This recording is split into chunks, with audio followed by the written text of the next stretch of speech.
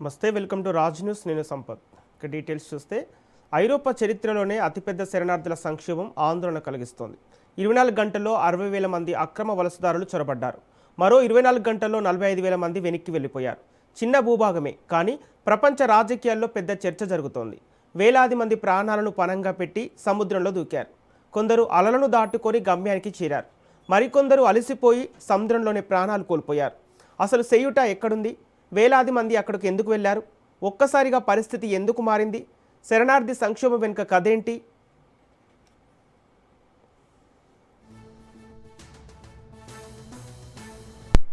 Morocco Spain సరిహద్దు అంతర్జాతీయంగా చర్చనీయాంశమైంది. స్పెయిన్ ఆధీనంలోని సెయూటా సరిహద్దులకు మొరాకో నుంచి వేలాదిగా చొచ్చుకొచ్చిన వలసదారులు వెనక్కి మల్లుతున్నారు.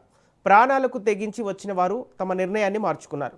సముద్రాన్ని ఈదుకుంటూ సరిహద్దులు దాటుకుంటూ 60,000 మందికి పైగా మొరాకో నుంచి సెయూటాకు దూసుకొచ్చారు. అలాంటి వారు ఇప్పుడు స్వచ్ఛందంగా గంటల వ్యవధిలోనే 45,000 మంది వెనక్కి వెళ్ళిపోయారు.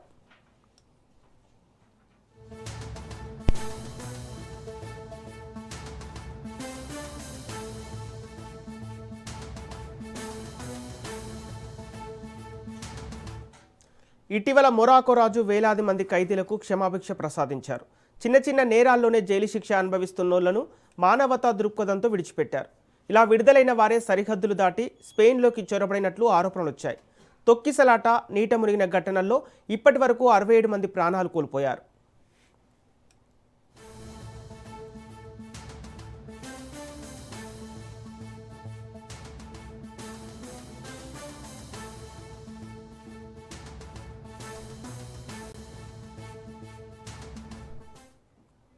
మొరాకో సరిహద్దు నగరమే సెయూటా. భౌగోళికంగా ఆఫ్రికాలో ఉన్న, రాజకీయంగా స్పెయిన్లో భూభాగమే. జిబ్రాల్టర్ జలసంధికి సమీపంలో ఉంది.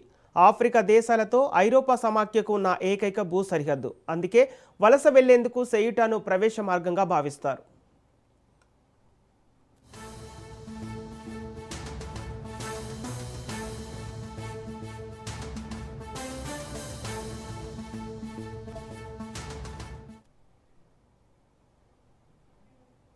కొద్ది రోజుల క్రితమే సముద్ర మార్గంలో సెయూటా, మెలిల్లాకు చేరిన వలసదారులకు వెంటనే మొరాకోకు వెనక్కి పంపకూడదని స్పెయిన్ సుప్రీంకోర్టు తెలిపింది.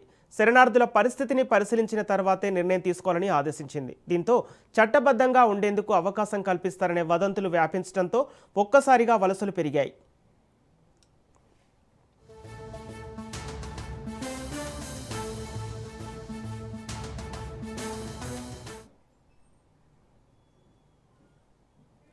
వాస్తవానికి సెయూటాపై స్పెయిన్, మొరాకో మధ్య వివాదం కొత్తది కాదు. 1580 నుంచి ఆ ప్రాంతం స్పెయిన్ ఆధీనంలో ఉంది. అయితే మొరాకో తన భూభాగంలోనే పరిగణిస్తోంది. 2021లో రెండు దేశాల మధ్య దౌత్య ఉద్రిక్తతలు కూడా నెలకొన్నాయి. సెయూటాలో జరిగే ప్రతి పరిణామం యూరప్పై తీవ్ర ప్రభావం చూపుతోంది.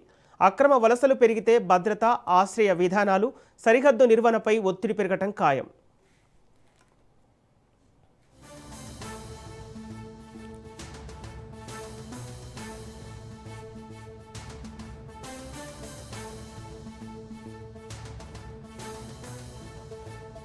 వలస సంక్షోభంపై అమెరికా అధ్యక్షుడు ట్రంప్ రియాక్ట్ అయ్యారు. ఇదంతా భయానకంగా ఉంది, ఆ చిత్రాన్ని గుర్తుపెట్టుకోండి కామెంట్ చేశారు ట్రంప్. డెమోక్రాట్లు అధికారంలోకి వస్తే అమెరికా కూడా ఇలాంటి పరిస్థితులను ఎదుర్కొంటుందని తన దేశ ప్రజలను హెచ్చరిస్తున్నారు.